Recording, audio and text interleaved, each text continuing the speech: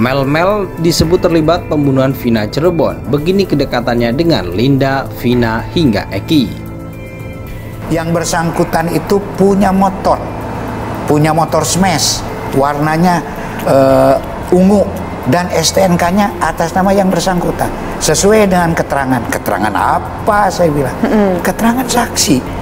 Loh, keterangan saksi ini ingat deh, bahwa keterangan saksi ini adalah keterangan yang sangat rawan. Ini lidah tidak bertulang, bisa berubah-ubah. Hari ini A, besok B. Tidak Pak, kualitas saksinya pun juga ini sudah kami uji. Kenapa? Karena saksinya itu temennya dari SD.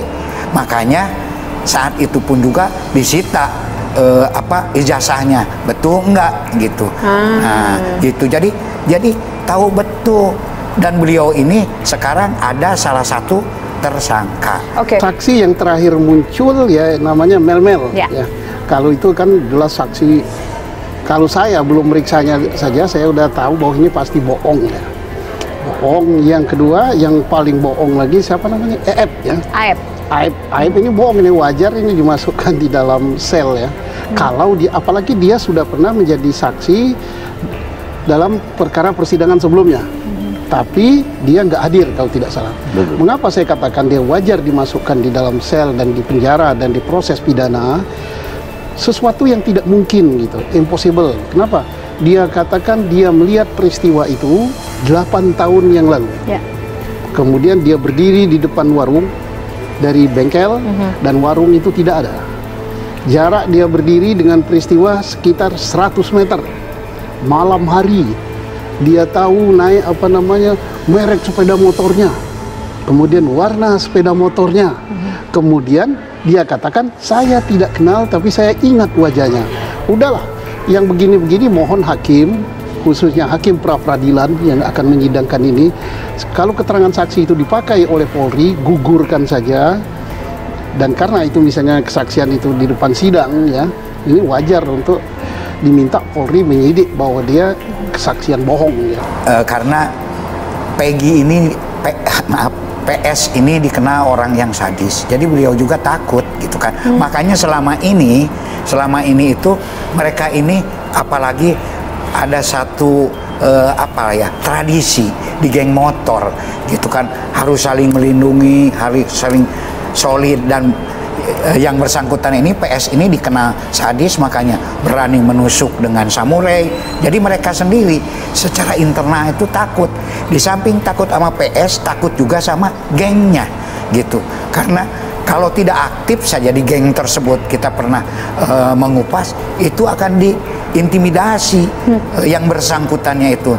Nah, jadi tradisi-tradisi ini ada, sehingga mereka pun juga tetap akan melindungi. Lihat dalam BAP tersebut, ada tidak penawaran dalam 116 KUHP, kan saya koreksi beliau tadi, ada terhadap perkara ini, apakah saudara ingin mengajukan saksi yang meringankan saudara kepada tersangka? Itu ditanyakan. Ini ada tidak pertanyaannya? Ya, tapi kalau memang dia dalam keadaan tertekan, ancaman, bagaimana bisa muncul? Ini akan bisa terlihat. Jadi kalau itu tidak ada, berarti ini adalah satu indikator gitu loh, bahwa ada ketimpangan, kebingungan. Akhirnya inilah yang disebut dengan bom waktu. Polisi setelah 8 tahun, kalau dia bangunan pembuktiannya bagus, tidak seperti ini, pasti kokoh. Kenapa ini rapuh? Karena bangunan pembuktiannya, hasil penyidikannya tidak punya alat bukti yang cukup. Kalau nanya ke saya pribadi, jelas nggak masuk akal dilihat dari kondisinya seperti ini. Kecuali TKP-nya di jalan situ, mungkin Mel bisa lihat dari sana. Tapi kalau dari sini, dia pengen ngendap-ngendap di sini ya, jelas ketahuan teman-teman, katanya ada 10 orang ya. Dia bilang kalau TKP-nya ngumpet di sini, si Mel mau nonton dari mana? Sedangkan akses jalan cuma dari sini satu, nggak mungkin dari sana. Katanya dia kan bawa motor juga kan. Nah, terus juga di satu sisi dia bilang pengen ngajak orang warung. Warungnya warung yang mana? Nah, ada kesaksian dari yang sama Kang Deddy Mulyadi itu, APRI itu, dia udah berani ngebuktiin kalau pas 2016 itu warung tuh kosong, paling ada di depan di MAN. Di depan MAN itu MAN, ya? Iya. Gitu. Jadi menurut saya nih kesaksian Mel tuh bohong ya. Ya kalau diragukan atau sangat ragu sekali. Dari dakwaannya sudah ada, peran Peggy itu sudah ada, gitu loh. Peran yang ngapain, naik motor, goncengan, melakukan penusukan atau melakukan pemukulan dan seterusnya. Berarti subjek hukum itu kan ada, jelas. Dan sekarang kita kaitkan dengan mekanisme prosedur DPU. Di situ udah jelas. Coba cek, apakah di situ sudah jelas? Ada ciri-ciri fisik udah pasti dari telinga, mata, segala macam itu jelas selain identitas, alamat.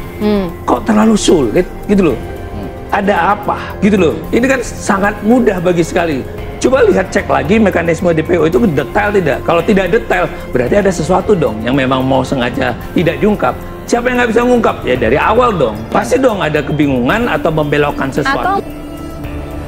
Video serupa Linda atas arwah mendiang Vina Cirebon yang terjadi sekitar 2 hari lalu dalam unggahan pengacara Hotman Paris menjadi sorotan banyak orang.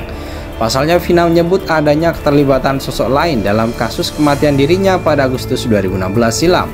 Dalam video itu, sosok di balik suara Mel-Mel yang berbicara melalui voice note di kanal YouTube Jejak Backpacker disebut sebagai salah satu pelaku kasus pembunuhan. Vina pun mengungkapkan peran Mel-Mel dalam kasus kematiannya. Melalui mulut sang sahabat, Vina Cirebon menyebut Mel-Mel memukuli dirinya dan juga ikut melakukan ruda paksa bersama para pelaku lainnya.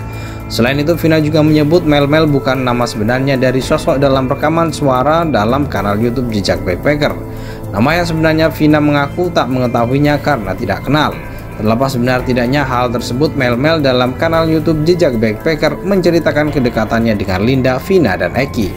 Saya saksi yang ada di TKP terakhir. Saya, adik Eki, dan Vina memiliki hubungan yang sangat dekat.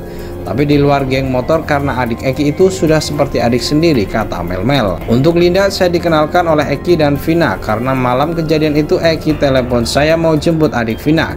Kenalnya dengan Linda sudah lama cuma belum pernah kita jalan bareng. Biasanya saya dan Eki saja imbuhnya. Mel-Mel mengaku Eki dan Vina menganggapnya sebagai sosok yang dituakan. Alhasil dia pun banyak mendapat curhatan tentang hubungan asmara mereka. Pas Eki ada masalah dengan Vina, dia curhat ke saya. Vina juga kalau ada masalah dengan Eki, dia cerita sama saya. Ibaratnya saya paling tertua, kalau ada apa-apa saya diberitahu, ungkapnya. Pada malam kejadian, menurut pengakuan Mel-Mel di kanal YouTube itu, Linda, Eki, Vina, dan Mel-Mel memang sempat jalan bareng.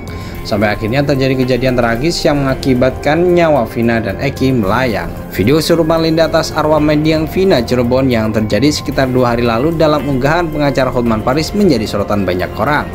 Pasalnya Vina menyebut adanya keterlibatan sosok lain dalam kasus kematian dirinya pada Agustus 2016 silam.